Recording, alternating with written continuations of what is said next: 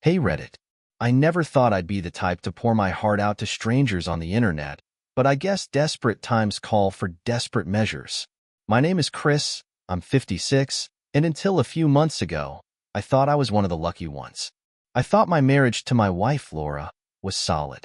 After 25 years together, I thought I knew her better than anyone. But one discovery turned my whole life upside down, and now I don't even recognize the person I thought I'd spent half my life with. Laura and I met when we were in our 20s. She was this quiet, artistic type with an easy smile and a way of making everything around her feel warm and calm. I was more practical, more grounded, the type who planned things down to the last detail. But maybe that's what made us work. We balanced each other. I took care of the big picture, finances, house maintenance, long-term plans, while she brought the color and creativity into our lives. We built a home together, raised two amazing kids, and I thought we were growing old together. Looking back, maybe I was too comfortable, too trusting. I'd gotten used to the rhythm of our life, the predictability of it. Laura and I had our routines, our little rituals, Friday movie nights, Saturday morning hikes, Sunday dinners with our kids. I thought we were past the point where anything could shake us. But then one afternoon, I was up in the attic, looking for an old photo album to bring out for our anniversary slideshow. Laura was out for the day, so I thought I'd surprise her by going through some of the old boxes we hadn't touched in years. Our attic was mostly filled with random stuff. Boxes of kids' art projects, holiday decorations, some old college textbooks. But tucked away in the far corner was a box I'd never noticed before. It was labeled just miscellaneous, in Laura's handwriting. I assumed it was just more family stuff, maybe some old letters or keepsakes. I almost left it alone, but something made me open it. I wish I hadn't. Inside, I found a small stack of journals. They were worn and faded, clearly old, with pages filled in Laura's neat, looping handwriting. I thought they were just personal reflections, maybe old diaries from when we were younger. I didn't want to pry, but I couldn't help flipping through one. I thought I'd see something sweet, memories of our first years together, notes about our kids growing up, little moments she'd saved. But what I found instead, well, it was like a punch to the gut. The first journal I opened was from 7 years ago. Right in the middle of the page, Laura had written a man's name, Andrew. My stomach tightened as I read on. She described meeting him at an art show she went to alone, how they'd instantly connected, how he understood her in ways I never did. She went on to write about secret lunches, hidden weekends, and even trips she'd taken under the guise of visiting her sister. I sat there, numb, barely able to breathe as I flipped through entry after entry. Every page was filled with details of her time with Andrew, how she felt alive with him, how she felt like she could finally be herself. The journal entries spanned years. Years of lying to me, of living this double life while I thought everything was fine. There were notes about gifts he'd given her, places they'd been together.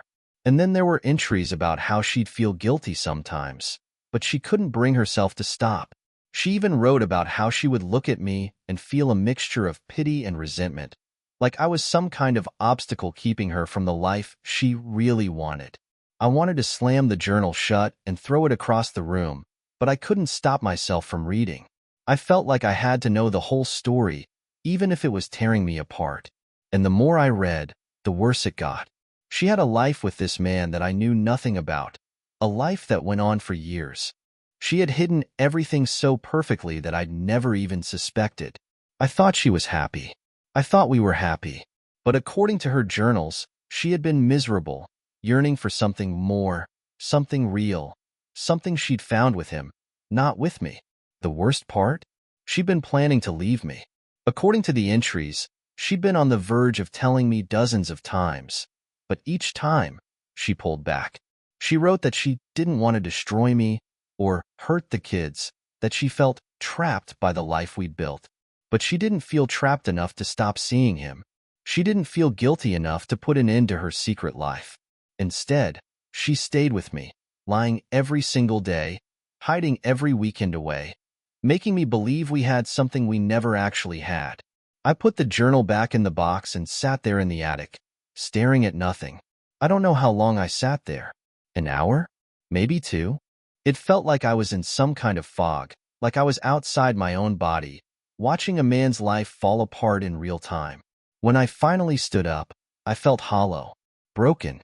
I couldn't stay in that house, not knowing what I knew. So I left. I drove aimlessly for hours, trying to process, trying to figure out what the hell I was supposed to do next. Part of me wanted to confront her immediately, to throw those journals in her face and demand an explanation. Another part of me didn't want to say anything, to just walk away from it all and leave her wondering what happened. But when I finally came back home that night, I realized that I had more than anger. I had an advantage. She had no idea I knew. She had no idea I'd found the journals. And then, as I was lying there in bed, staring at the ceiling, a plan started to form in my mind.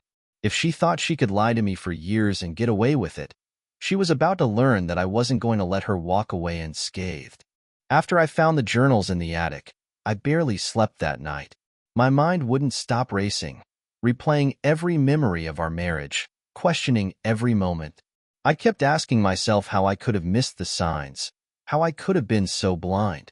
And then, inevitably, my thoughts circled back to one question. Why did she stay? According to her journals, she'd been ready to leave me for years, so why hadn't she done it? I had no idea how to even look at her the next morning. I felt sick, like there was a weight pressing down on my chest that made it hard to breathe. I wanted to scream, to throw everything in her face, to finally confront her. But instead, I forced myself to play along. I had to keep my cool if I wanted to get to the bottom of this. If I confronted her too soon, I might never get the full story, and I realized that I needed the full story. So, I waited. Olivia came down for breakfast as if nothing had happened, humming to herself as she poured a cup of coffee. She glanced at me with a smile, that familiar, practiced smile I'd known for years, but now saw as something different, something fake. It felt surreal, watching her, knowing that she'd been living a double life, that she'd been lying to my face for years. I decided to test the waters. As she sat down, I casually asked, "Are you still planning that trip to visit your sister next weekend?" She looked at me, surprised, but quickly nodded. "Oh yeah, she's been wanting me to come for ages. I figured I'd take a couple of days and just catch up. You know how it is." I forced a smile, trying not to let my anger show. "Of course. You should go. You deserve a break." But in my mind, I was already putting pieces together. According to her journals, most of these sister trips were actually rendezvous with Andrew. She'd book a hotel, pretend she was visiting family, and spend the weekend with him instead. And it looked like this sister trip was no different. I watched her closely that whole week. Every time she smiled at me, every time she told me she loved me, I felt a twist of pain and anger in my chest. But I played the part of the doting husband, knowing that I needed more time to pull off my plan. I couldn't just confront her. I needed to make sure that when I did, I'd be the one in control. On Thursday, the day before her trip, I took an early morning detour before work. I went to our bank and transferred half of the savings in our joint account into my private one. I'd never touched our main savings before. I'd always wanted everything to be fair between us. But now, I wasn't sure what she'd do if she realized I knew about her affair. I couldn't take the risk of her draining our accounts if things went sideways. The woman at the bank raised her eyebrows at the transaction but didn't ask any questions. I almost wanted her to say something, to give me a reason to vent to a stranger, to spill everything right there in the bank and have someone, anyone, tell me I wasn't crazy. But she didn't, and I left feeling strangely powerful, knowing I was one step closer to being in control of this mess. I spent that evening watching her pack her suitcase. She moved around the bedroom in this calm, practiced way, folding her clothes, organizing everything with her usual precision. It hurt to watch her, knowing that each careful fold was for him, that she was packing for another man right under my nose. But I didn't say a word. I just watched and waited. As she zipped up her suitcase, she looked over at me with a smile. "I'll miss you," she said, coming over to kiss me on the cheek. I had to force myself not to flinch. "I'll miss you too, honey," I replied, managing to keep my voice steady. When she left the next morning, I waited exactly 2 hours, just long enough to be sure she was gone, before I grabbed my car keys and drove straight to the hotel she'd mentioned in her emails with Andrew. I'd done some digging the night before, searching her email for any details about their plans. Sure enough, she'd booked a room under her name at a hotel just an hour away, a place she clearly thought I'd never even think to check. I arrived at the hotel and parked a few blocks away, taking a deep breath as I prepared myself for what I was about to do.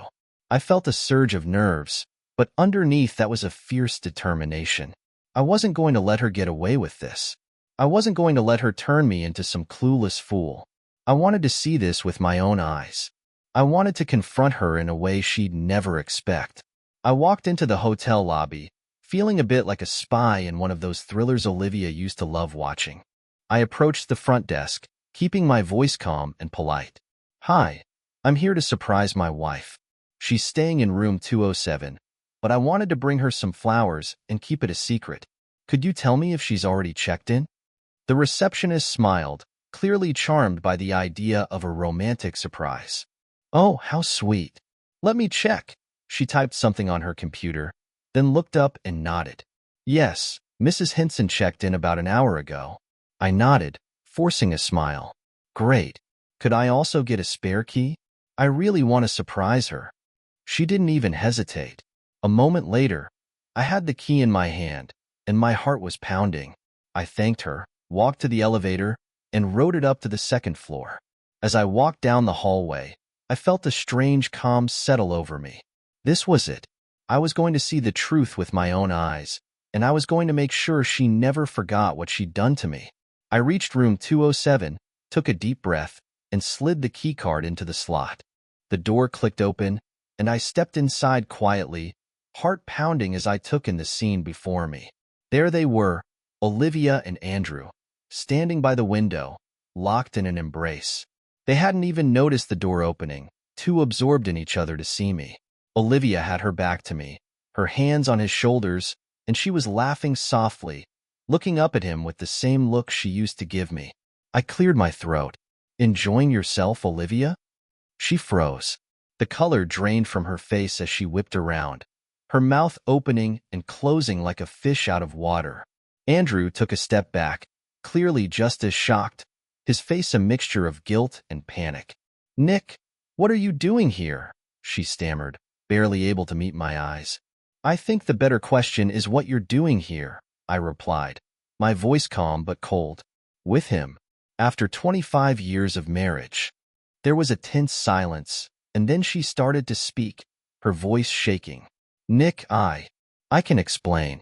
I laughed, a bitter, hollow sound that surprised even me. "Explain?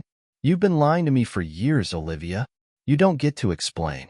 You've had plenty of time to tell me the truth, but you chose to lie, to sneak around. So go on, I'm all ears. Explain yourself."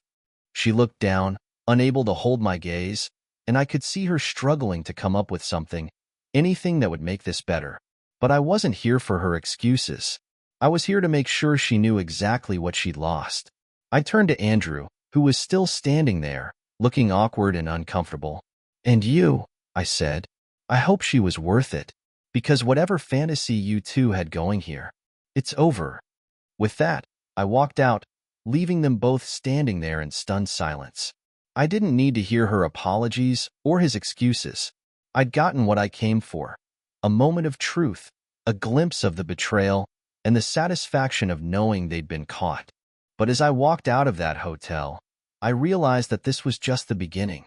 I still had to decide what came next, how to reclaim my life from the wreckage Olivia had left behind. Walking out of that hotel was one of the hardest things I've ever done.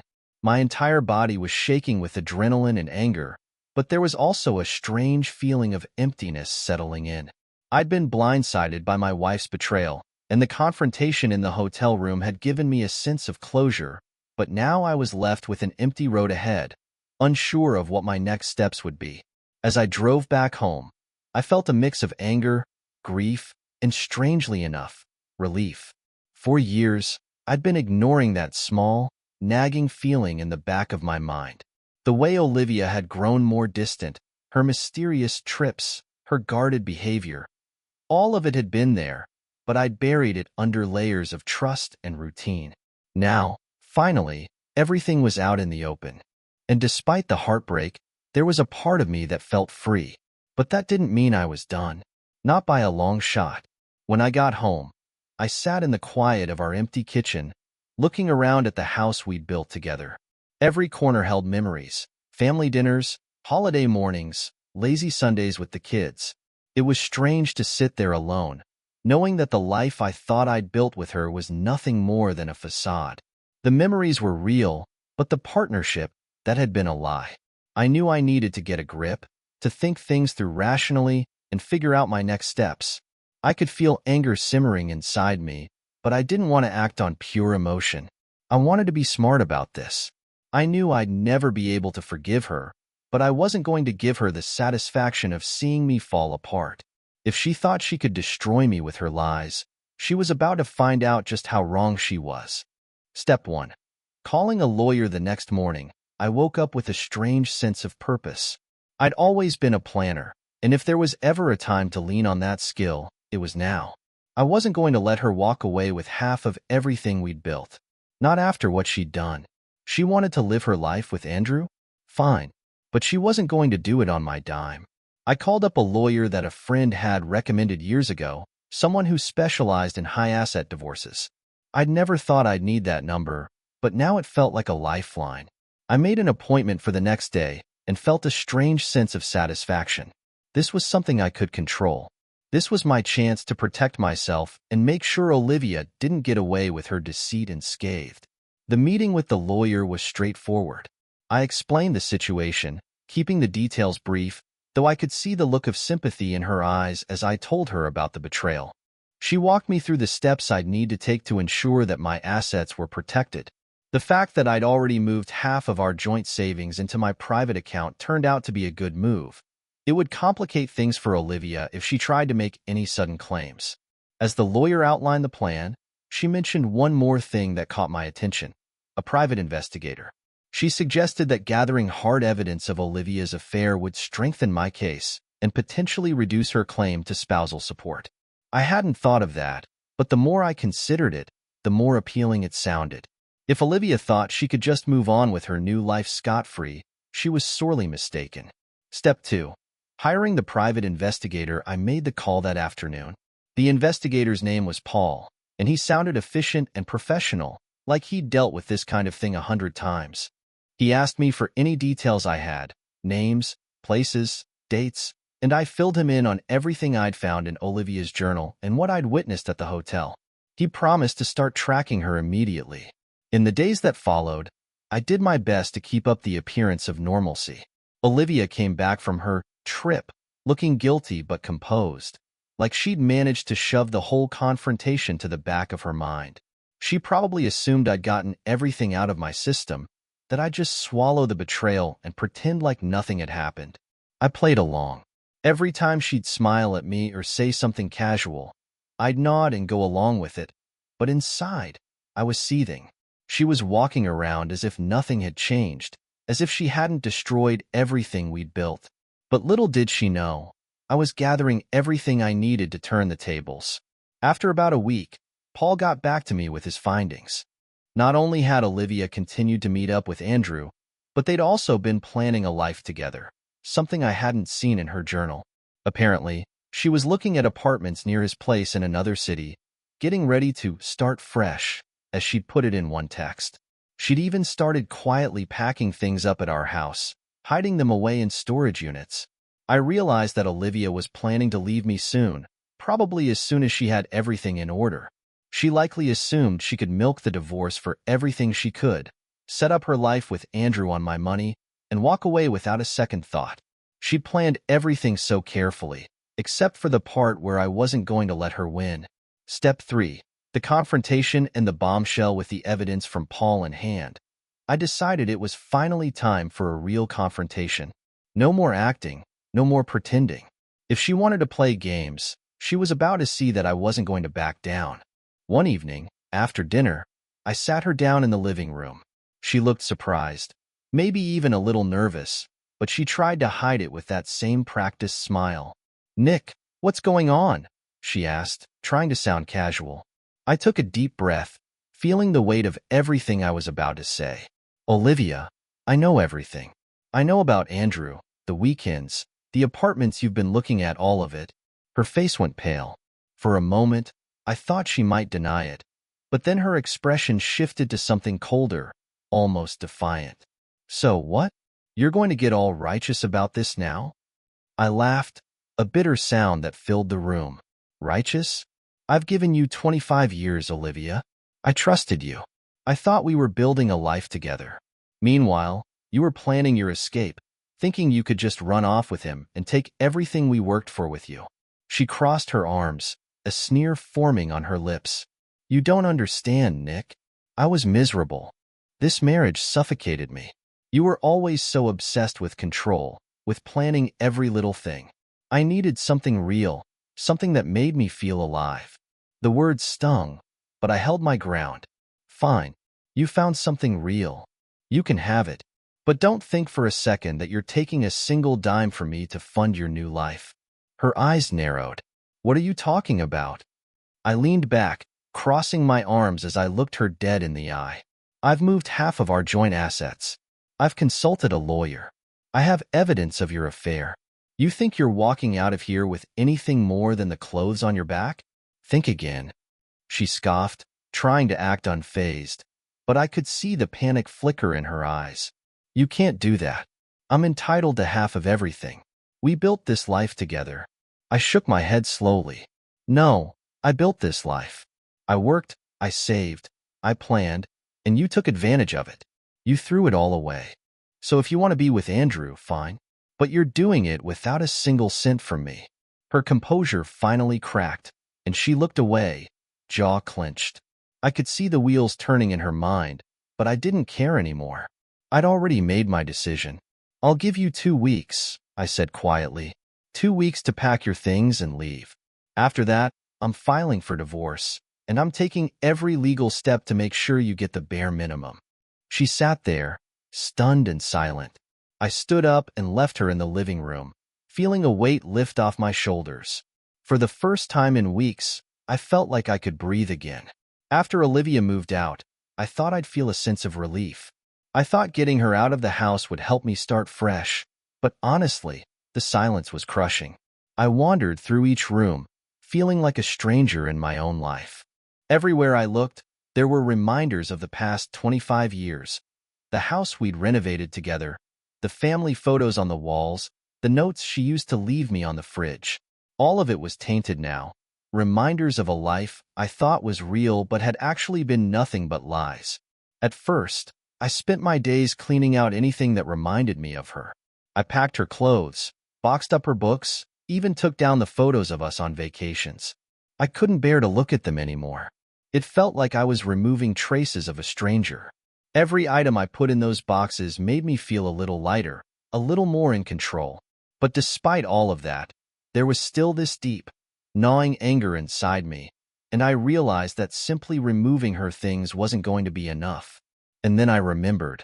I had a card up my sleeve, something she didn't know about. My $10 million. Rediscovering my power over the years, I'd quietly built up a private account that Olivia didn't know about. It started as a small fund, just a way to set aside a little extra without needing her input on every decision. But thanks to careful investments and a few high-stakes moves in the stock market, it had grown to over $10 million. I'd always thought of it as a safety net for our future, something we could retire on comfortably, or a nest egg to pass on to our kids. But now, it felt like my ticket to freedom. I'd been living under the weight of her lies for years, but this money could give me a fresh start, a way to reclaim my life without her interference. And as I thought about that money, a plan began to form in my mind, something both practical and a little vengeful. Step 1. Locking down the finances. The first thing I did was meet with my lawyer again, this time with a clear goal in mind. I didn't just want a divorce. I wanted to protect my assets and make sure Olivia couldn't touch a cent of that $10 million. I knew that if I played this right, I could come out of this divorce with my finances intact and make sure she walked away with the bare minimum. My lawyer, a sharp woman named Karen who specialized in high-asset divorces, listened carefully as I explained the situation. I told her about the private account, the years of betrayal, the evidence of Olivia's affair. Karen nodded, her expression serious.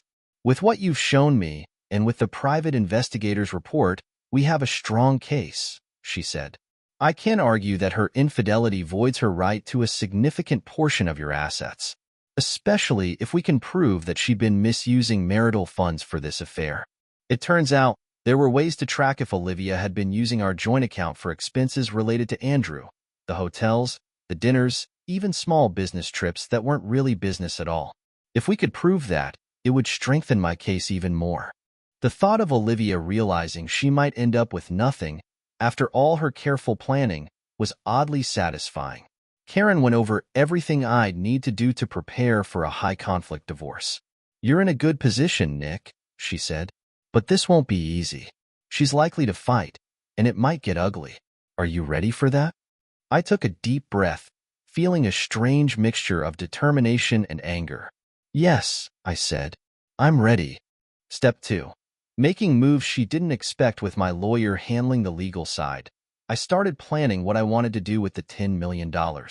It was strange, thinking about it now, not as a nest egg for us, but as a tool for me. A way to rebuild, to start over, and maybe even to exact a little revenge. I didn't want to hurt her just for the sake of it, but I did want to make it clear that she couldn't destroy my life and walk away scot-free. The first thing I did was transfer a large chunk of the money into a new, separate account, one that was untouchable by anyone but me. Karen had recommended it, just in case Olivia tried to make any last-minute claims. But I didn't stop there. I'd spent years planning for our retirement, making sure we'd have a future full of comfort and travel and relaxation. Now, that future was mine alone, and I was going to make the most of it. I decided to do something I'd always dreamed of, but had never had the courage to pursue because I'd felt tied down by responsibilities and routines. I started researching properties abroad, looking at houses on the coast of Italy, apartments in Paris, small villas in Spain. For the first time in years, I felt a flicker of excitement, of possibility. I could leave. I could start fresh somewhere beautiful, somewhere new, where no one knew my story. It wasn't just a fantasy either. I started making real plans, setting up meetings with real estate agents overseas, exploring the logistics of moving my life halfway across the world. I pictured myself walking down narrow European streets, sipping espresso at a cafe, living a life I'd always put off because I thought I'd do it with her. But now, it was something I was doing for myself. Step 3. A final message as satisfying as it was to plan my escape. There was one more thing I felt I had to do before I could truly close this chapter. I didn't want to talk to Olivia. I'd already said everything I needed to in our last confrontation, but I did want her to know, clearly and unmistakably, what she'd lost. So, I wrote her a letter. It wasn't long, just a few paragraphs, but I made sure every word hit its mark. Olivia, I began. You spent years lying to me, betraying the life we'd built together. You thought you could live a double life, take everything we had, and move on without consequence. But you were wrong. I went on to tell her about the $10 million account, explaining that it was money I'd saved over years of careful planning and sacrifices. Money that, at one point, I dreamed of sharing with her in our retirement. I told her how I'd moved the funds, how she wouldn't see a cent of it, and how I'd already spoken to a lawyer who was making sure she wouldn't get another dime. I loved you, and I trusted you, I wrote, but you threw that away. So this is what you're left with, nothing. No money, no home, no me. You made your choice, and now you get to live with it. I left the letter on the kitchen counter, right next to the last box of her things that she'd left behind temporarily, while she figured out her new living situation. When I closed the door on that box and that letter, it felt like I was closing the door on a chapter of my life. For the first time in weeks, I felt a sense of peace. I didn't know exactly what lay ahead, but I knew it was mine. A life I'd build on my own terms, without her lies holding me back. Moving onward, the weeks after that were a blur. I finalized the divorce, secured my assets, and began putting the rest of my plans into motion. I sold the house, took what I wanted, and let go of everything that tied me to the past. I booked a one-way ticket to Italy, to a little coastal town where I'd bought a small villa overlooking the sea. It was everything I dreamed of, quiet, beautiful, a fresh start in every way. And as I stood on the terrace of my new home, watching the waves crash against the shore, I felt something I hadn't felt in years: freedom. Olivia's betrayal had shattered me, but in the end, it had also set me free. I'd spent 25 years trying to build a life with someone who didn't value it, but now, with the $10 million she'd never see a cent of, I had the chance to build a life just for me. And I intended to make every moment count. I'd always pictured myself as someone who'd live a quiet, predictable life, work a stable job, retire with my wife, enjoy a slow-paced retirement with visits from our kids and grandkids. For 25 years, that was the plan I was working toward. But now, as I sat on the terrace of my new villa in Italy, I realized that life had handed me something completely different, and maybe, in some strange way, that was exactly what I needed. The villa was perched on a hill overlooking the Mediterranean. It wasn't huge, but it was perfect for me. Simple, clean lines, whitewashed walls, an open layout with big windows that let in the ocean breeze. There was a small garden with olive trees and lavender bushes, a terrace with a wrought iron table where I could drink my coffee in the mornings. Every time I looked out at the blue of the sea, I felt like I was breathing for the first time in years. I spent my days settling into this new life, learning the rhythms of the small town, getting to know my neighbors. I'd pick up fresh produce at the local market, attempt conversations with the shopkeepers in my broken Italian, and take long walks along the coastal cliffs. I found a small cafe by the water where I'd sit for hours, sipping espresso and reading. The pace of life here was slower, more peaceful, and it suited me in a way I hadn't expected. For the first time, I wasn't working for someone else's dreams or holding myself back because of someone else's expectations. This life was entirely mine, and it felt both exhilarating and a little terrifying. I had the $10 million safely tucked away, my cushion, my freedom. I could afford to take my time, to let myself heal. But I also knew that I couldn't fully move on until I'd faced the ghosts of my past. The part of me that was still clinging to the betrayal, the part that still felt like it was reeling from everything I'd discovered. A letter from home. A month into my new life, I received a letter from Olivia. I hadn't spoken to her since the divorce was finalized, hadn't checked in on what she was doing, and hadn't asked the kids about her. I was done with her. I'd made that clear. But when her letter arrived, forwarded to me by the mail service I'd set up, my hands couldn't help but tremble as I held it. I considered throwing it away without reading it. I'd already moved on, or at least I was trying to. But curiosity got the better of me, and I carefully opened the envelope. Her letter was written in her neat, looping handwriting, the same handwriting I'd seen in that journal that had shattered everything. I could almost hear her voice as I read the words, calm and carefully chosen, but with a hint of desperation that hadn't been there before. Dear Nick, I don't know if you'll read this, but I hope you do. I know I have no right to ask for forgiveness. I know that what I did was unforgivable. But there are things I need to say, and this letter is the only way I can think to say them. When I look back now, I realize how much I took for granted. You were always there for me, always steady, always reliable. And I think maybe that's why I drifted. I wanted excitement, something new, and I was too blind to see that I was destroying something real in the process. I convinced myself that I was missing out on something, that life with you was holding me back. But I see now that I was the one who threw it all away. You probably think I'm writing this to ask you to come back, or to ask for a second chance. I'm not. I know that door is closed. I just wanted you to know that I see now how deeply I hurt you, how wrong I was. And I hope, somehow, that you can find it in yourself to forgive me one day. Yours, Olivia. I sat there for a long time, holding the letter in my hands. I couldn't say I was surprised. Olivia had always had a way with words, a way of saying just the right thing to soften you up. But this time, it didn't work. Her words didn't stir any longing in me. They didn't make me want to reach out. I didn't feel sad. I didn't feel angry. I just felt empty.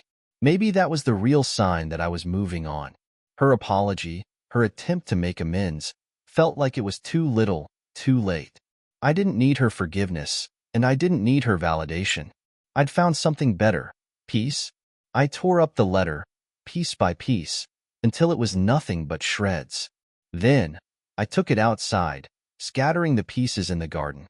The wind carried them off, and I watched as the fragments of her words drifted away, like the remnants of a life that no longer belonged to me. A chance encounter as I settled deeper into my new life. I found myself connecting with people I'd never have crossed paths with back home. There was Stefano, the elderly man who ran the local bakery, who'd start setting aside my favorite pastries after I'd been coming in for a few weeks. There was Lucia, a single mother with a young son, who ran the cafe by the water and always brought me my espresso with a shy smile. One evening, I was at a small art gallery opening, something I'd gone to on a whim. I'd always liked art, but Olivia had been the one with the passion for galleries and exhibitions.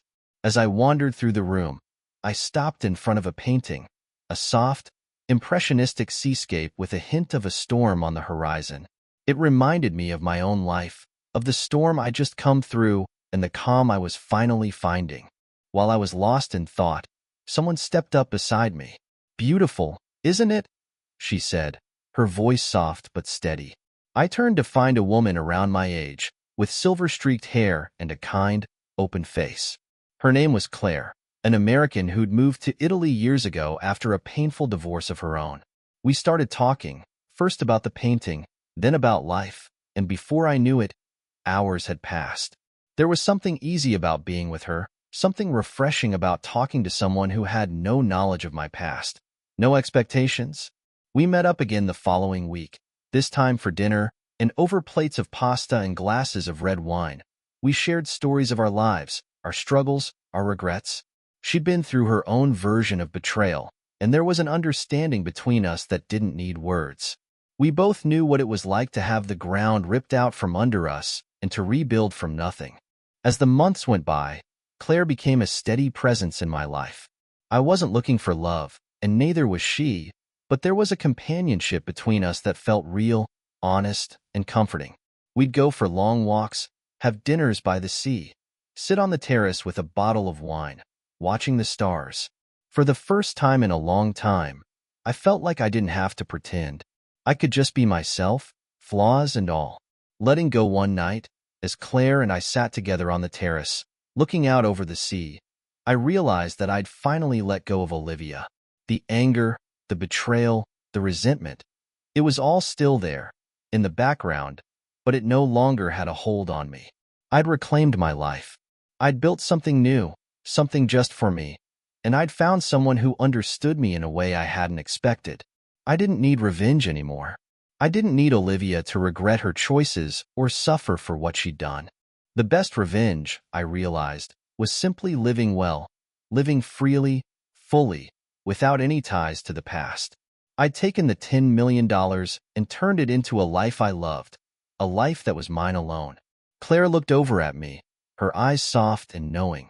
"You seem different," she said. "Lighter." I nodded, a small smile tugging at the corners of my mouth. I think I'm finally free." We sat there in comfortable silence, listening to the waves, and for the first time in years, I felt completely at peace. The past was behind me, and the future was wide open. And as the stars twinkled above, I knew that whatever came next, I was ready. Months went by in Italy, and gradually, life started to feel normal again. Not the normal I'd been used to with Olivia, the daily routines, the carefully planned future, the silent sacrifices. This new life was different, unpredictable, filled with little moments of discovery that reminded me that maybe, after everything, I'd ended up exactly where I was meant to be. My days took on a peaceful rhythm. I'd wake up early to watch the sunrise over the sea, a cup of coffee warming my hands as the first light spilled over the hills. The villa had become a kind of sanctuary, a place where I could breathe deeply without the weight of the past pressing down on me. I spent my mornings in the garden, learning to tend to the olive trees and lavender bushes, getting my hands dirty in a way that felt grounding, almost therapeutic. And then, of course, there was Claire. I hadn't planned on meeting someone like her, and even now, I wasn't sure where things were going, but she'd become a constant in my life. And each day we spent together felt like another brick in something solid, something real. We didn't talk about the future. Both of us had learned the hard way that plans could be shattered in an instant.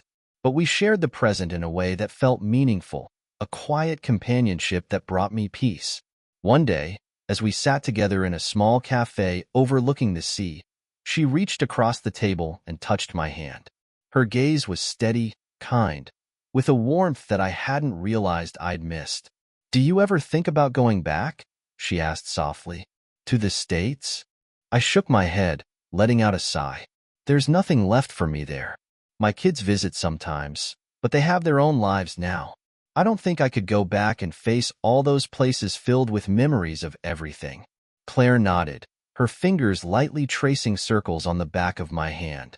"I understand. I left my old life for similar reasons. Sometimes it's easier to build something new than to live in the ruins of the past." Her words resonated with me. There was a part of me that had been carrying those ruins around, even here.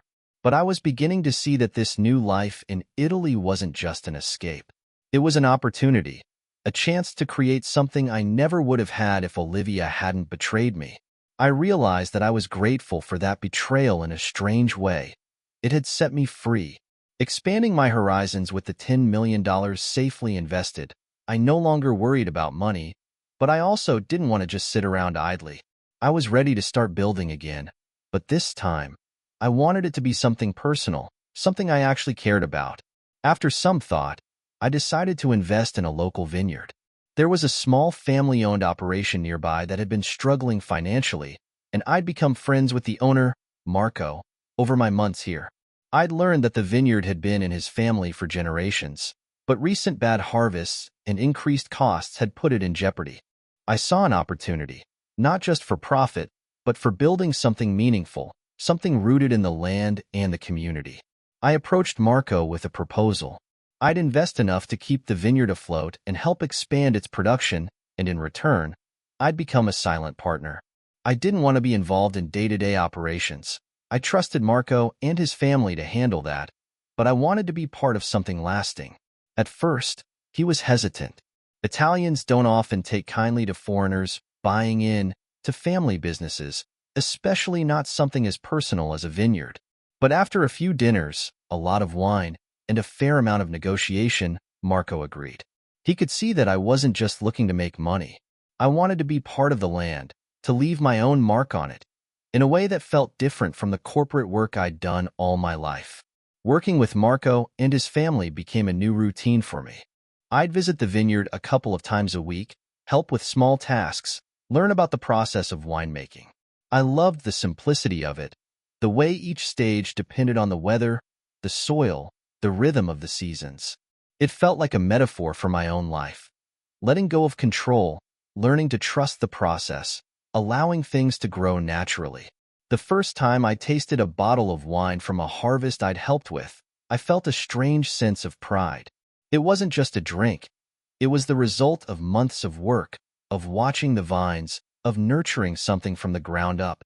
It reminded me that sometimes the best things in life come from slow, patient effort. I felt connected to the land, to Marco's family, and to this new community in a way that I'd never felt back home. Healing and forgiving, even if she didn't deserve it. One evening, after a long day at the vineyard, I sat out on my terrace with Claire. We had a bottle of the vineyard's new wine, a red with hints of cherry and smoke, and we sat in silence for a while, just listening to the sea. Eventually, she turned to me, her face thoughtful. "Do you think you'll ever fully forgive her?" I didn't have to ask who she meant. Olivia's shadow still lingered in my life, though it was growing fainter with each passing day. I thought about Claire's question, swirling my wine and watching the way the light caught the deep red color. "I don't think I'll ever forgive her in the way people talk about forgiveness," I said slowly. "Not in a way that makes everything okay or erases what she did. But I'm starting to feel indifferent, like it doesn't have power over me anymore. I don't want revenge. I don't want her to suffer. I just want to live my life without her shadow over it." Claire nodded, her eyes warm with understanding. "Sometimes Indifference is the best kind of forgiveness. Letting go of the anger, not because they deserve it, but because you deserve peace. We clinked glasses, and as I took a sip of the wine, I realized she was right. Forgiveness didn't mean forgetting, and it didn't mean absolving Olivia of what she'd done. It simply meant that I was done carrying her betrayal with me. I'd put down that weight, and I wasn't going to pick it back up. A life reclaimed the following months felt like a dream. The vineyard began to flourish, and Marco and his family treated me like one of their own. I'd go over for long Italian dinners, sitting at a table full of homemade pasta, fresh bread, and laughter that filled the warm evening air. I felt like I was part of something bigger than myself, a community, a family that valued connection and tradition. Claire and I grew closer, too. We never put labels on our relationship, and maybe that was what made it feel so real. She was my friend, my confidant, my partner in this new life. We didn't need promises or plans. We simply enjoyed each other's company, and that was enough. One evening, as we sat together on the terrace, I felt an overwhelming sense of peace wash over me. For so long, I'd been driven by anger and pain, by a need to escape, to rebuild. But here, in this small Italian town, with the vineyard in the distance and Claire by my side, I realized that I'd found something far better than revenge. I'd found freedom. I thought back to the life I'd left behind, the career I'd worked so hard for, the money I'd saved, the plans I'd made with Olivia. And I realized that all of that, the betrayal, the lies, even the heartbreak, had led me here, to a life that was richer and more fulfilling than anything I could have imagined.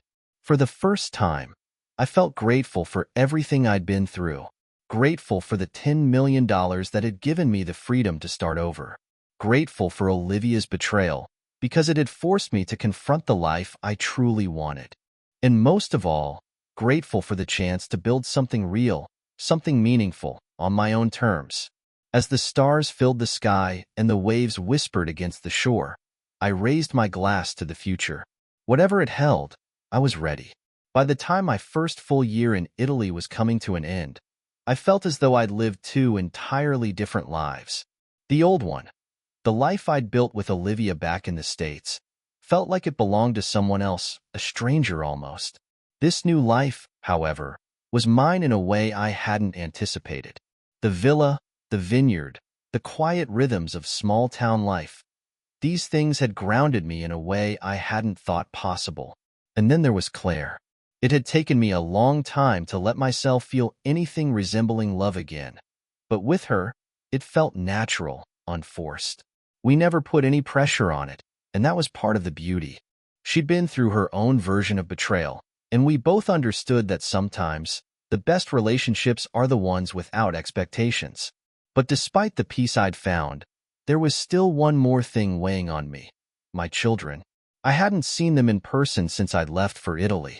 They were both in their 20s, living their own lives back in the States, and we kept in touch through video calls and messages. But it wasn't the same. I knew I couldn't truly move forward until I shared this part of my new life with them. I wanted them to see where I'd landed, to understand that I was okay, and that I'd finally let go of the bitterness and anger that had defined so many months after the divorce. So I invited them to come visit me over the summer. To my surprise, they both said yes. Reuniting with my children, my son, Ethan, arrived first. He was 25, the spitting image of me when I was his age, but with his mother's spark. Seeing him walk into the villa with his backpack slung over his shoulder, looking around at the whitewashed walls and the view of the sea, I felt a pang of nostalgia and pride. It was strange, realizing how much he'd grown up, how much of his life had continued while I'd been rebuilding mine halfway across the world. "Dad," he said, grinning as he hugged me, "I can't believe you actually did this. You left everything behind." I laughed, a little embarrassed. "I guess I did. And I don't regret it for a second." He spent the first couple of days adjusting to the slower pace of life here. We'd walk into town, grab espressos at the cafe by the sea, and talk about everything and nothing. I realized how much I'd missed out on during the chaos of the divorce, how much I'd been too distracted to notice. Ethan told me about his work, his friends, and the new girlfriend he'd recently started seeing. One evening, as we sat on the terrace, he turned to me, his expression serious. "You know, Mom hasn't been the same since you left." I nodded, unsure how to respond. I hadn't asked him about Olivia, and I wasn't sure I wanted to know. But he continued. "She tries to act like everything's fine, but it's like she's stuck. She's living in the same house, the same neighborhood. She doesn't talk much about you, but I know she feels something." I didn't say anything at first. Part of me was tempted to feel satisfaction, to feel that maybe she was finally paying for what she'd done. But as I looked out over the sea, I realized that I didn't feel anything toward her anymore. Not anger, not sadness, not even pity. She'd made her choices, and I'd made mine. We were living entirely separate lives now, and I was okay with that. "Well," I said, looking at him, "we all have to live with the consequences of our actions. Sometimes that's the hardest part." He seemed to understand, and we let the topic go. It was strange, but I felt at peace knowing that I didn't need revenge or validation from her. The life I'd built here, the happiness I'd found on my own terms, that was enough. Introducing my daughter to Italy, and to Claire, my daughter Lily, arrived a few days after Ethan. She was younger, 22, with Olivia's features but a fierce independence that reminded me of myself. Lily was a little more hesitant than Ethan about my move to Italy. She hadn't quite understood why I'd left everything behind and created this whole new life. I think, for her, it felt like I'd abandoned the version of myself she'd grown up with. But from the moment she arrived, I could see her curiosity and surprise. She looked around the villa with wide eyes, and when we walked through the vineyard, she asked endless questions about the winemaking process, about how I'd learned to be part of this small community. I could tell she was beginning to understand. One evening, after a long day exploring the local markets, I invited Claire to join us for dinner at the villa. I'd mentioned her to the kids, but I hadn't gone into too much detail. I didn't want to force anything, but I wanted them to see the life I'd built here, and that included Claire. As soon as Claire walked through the door, Lily's eyes lit up. Claire had that effect on people. She was warm, easygoing, with a sense of humor that put everyone at ease. She brought a bottle of wine from the vineyard, and as we sat around the table sharing stories and laughter, I felt something shift. For the first time in a long time, it felt like I had a family again. Not the old one that had fallen apart, but something new, something honest. Later that night, as I was saying goodnight to Lily, she hugged me tightly. "I'm happy for you, Dad," she whispered. I think you've found what you needed." Her words stayed with me. I realized that, in a way, my children were my final link to that old life. And by sharing this new life with them, by letting them see me happy and at peace, I'd finally closed the door on the past. A new opportunity just when I thought life couldn't surprise me anymore. An unexpected opportunity came my way. One evening, Marco invited me over to his family's house for dinner. Over glasses of wine and plates of homemade pasta, he mentioned that he'd been thinking of expanding the vineyard's production, maybe even opening a small tasting room in town. It was a big step for a small, family-run vineyard, and he was nervous about the risks. "Nick," he said, leaning forward, "you know this community, you understand our way of life. I can't think of anyone I'd trust more to be my partner in this." The idea took me by surprise. I'd invested in the vineyard as a silent partner, content to let Marco and his family handle the operations.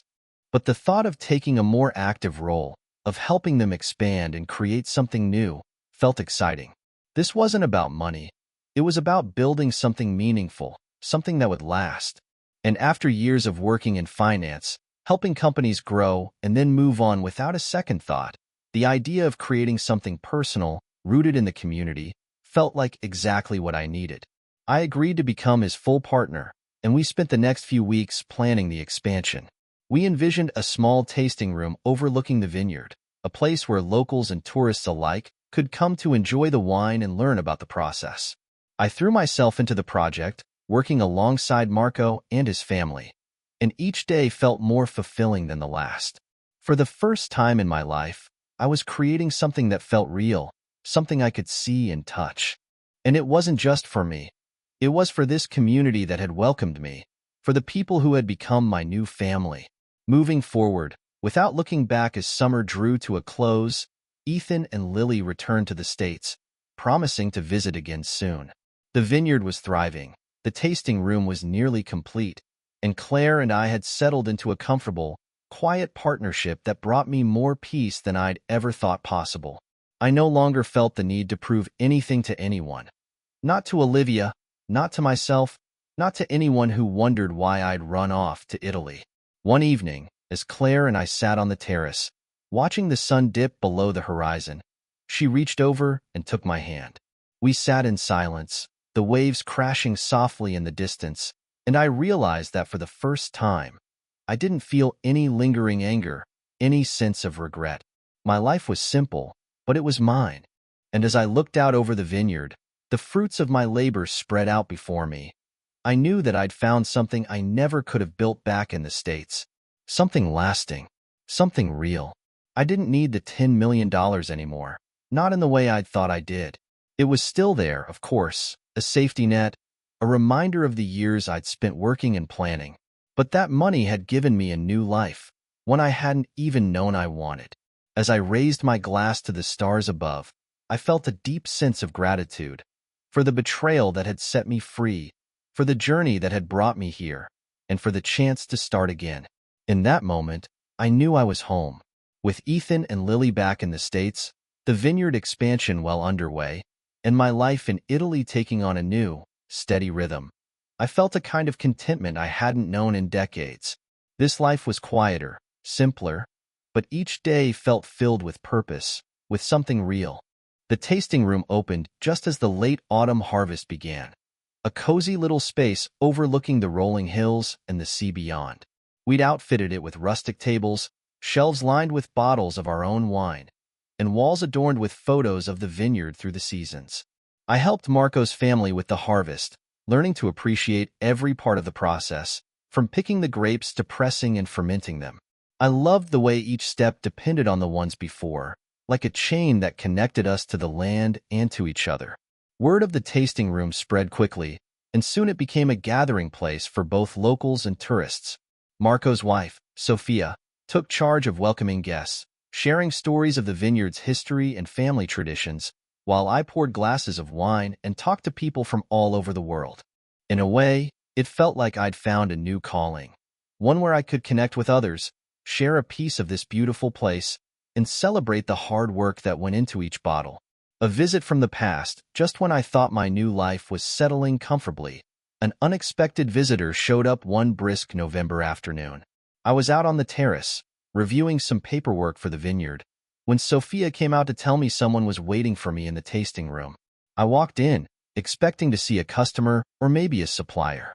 But standing there, looking somewhat out of place amidst the rustic tables and bottles of wine, was Olivia. I stopped in my tracks, feeling a mix of emotions I couldn't quite place.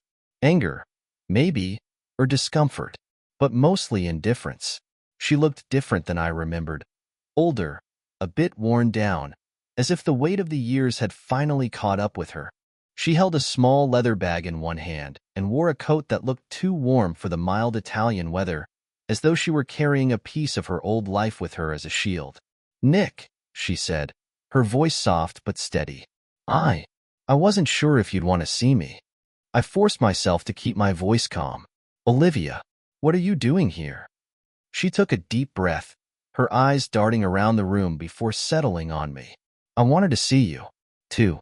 I don't know, to understand. After the letter I sent you, I couldn't stop wondering if you were really as happy here as it sounded. I needed to see it for myself." Part of me wanted to tell her to leave, to show her that she had no place in this life I'd built without her. But there was another part, maybe the part that had once loved her, that felt a strange sort of compassion, as if I were seeing someone I used to know but no longer recognized. So I nodded, motioning for her to sit. I poured us both a glass of wine, and we sat at one of the tables, the silence stretching between us like a gulf. For a few minutes, neither of us spoke. I waited, letting her gather her thoughts, while I looked at her with a kind of detached curiosity. Finally, she broke the silence. "This place, it's beautiful," she said, looking around. I can see why you left. I didn't just leave, Olivia, I replied, keeping my voice measured. I rebuilt. You made a choice and I made mine. She winced, as if my words stung. I know. And I know I don't deserve any sympathy from you. I don't know what I expected, Nick. I thought, maybe, somehow, you'd still be angry. That you'd be struggling. But you looked happy. Happier than you ever did back home. I took a slow sip of my wine, thinking over my words carefully. I am happy. I built something here that I actually care about. I didn't come here to escape. I came here to start fresh. And it turns out that's exactly what I needed. She looked down at her glass, twisting it in her hands. I'm glad for you, she murmured. I didn't think it would turn out this way. I didn't think you'd move on so completely. I let her words hang in the air. Part of me wanted to ask her why she'd really come, but the truth was, I didn't care. Her reasons didn't matter anymore. She was a part of my past, a closed chapter, and her feelings, her regrets, were hers to deal with, not mine. After a few moments, she looked up, her face softened by something like acceptance. I should go, she said quietly, standing up and setting her glass down. Thank you for letting me see this. I nodded, standing as well. Goodbye, Olivia. She paused, looking like she wanted to say something else, but then she simply nodded and walked to the door. I watched as she left, her figure disappearing down the path that led back to the road, and with each step she took, I felt a little lighter. It was like a final curtain falling, a sense of true closure that I hadn't realized I needed. When she was finally out of sight, I poured myself another glass of wine and took it out to the terrace, letting the cool autumn air fill my lungs. I was free, in every sense of the word. Olivia was gone, both physically and emotionally, and I knew that she wouldn't haunt me anymore. Turning the page that evening, Claire came by the villa, and as we sat together on the terrace, I told her about Olivia's visit. She listened quietly, her hand resting on mine, and when I finished, she simply smiled. You're really free now, she said, squeezing my hand. Sometimes the past has a way of lingering until we finally confront it. Now, it's truly behind you. I nodded, feeling the truth of her words settle deep within me. For so long, I'd been holding on to fragments of my old life, not even realizing they were still there. But Olivia's visit, unexpected as it was, had allowed me to finally close that door for good. As we sat there in comfortable silence, I realized just how far I'd come. I'd gone from a man blindsided by betrayal to someone who had built a new life, piece by piece, in a place that had become my home. The $10 million that had once been a safety net had transformed into something greater, a foundation for a life that was truly mine, one built on purpose, community, and love. Looking ahead in the weeks that followed, life settled back into its peaceful rhythm. The vineyard was flourishing. Our tasting room was drawing more visitors than we'd anticipated, and I felt a deep sense of fulfillment every time I walked through the rows of vines. I'd never expected to find purpose in the soil, in the process of growing and nurturing something tangible, but it grounded me in a way that my old life never had. Claire and I continued to grow closer. Our relationship was easy, unpressured. We spent our evenings cooking together, sharing stories, laughing over glasses of wine as the sun set over the hills. It was different from anything I'd known before, gentler, more honest, a partnership built on mutual respect and understanding. One evening, as we were walking along the beach, Claire turned to me, a playful glint in her eyes. What would you say if I suggested we start making our own label? I laughed, but I could see she was serious. Our own wine label? She nodded, grinning. Why not? You've got the experience, the vineyard, the resources. We could create something special, something that's ours. The idea sparked something in me. The vineyard was Marco's, his family's legacy, and I'd always respected that. But the idea of creating something unique, something that represented this new chapter of my life, felt right. It was as if, after all these months, I was ready to take ownership not just of my life here, but of the future I was building with Claire. I think that's a fantastic idea, I said, pulling her into a kiss as the waves lapped at our feet. Embracing the future with the new label in mind, Claire and I spent the next few months working on the concept. We brainstormed names, designs, flavors, dreaming up a brand that reflected the journey we'd both been on, the heartbreak, the healing, and the joy we'd found on the other side.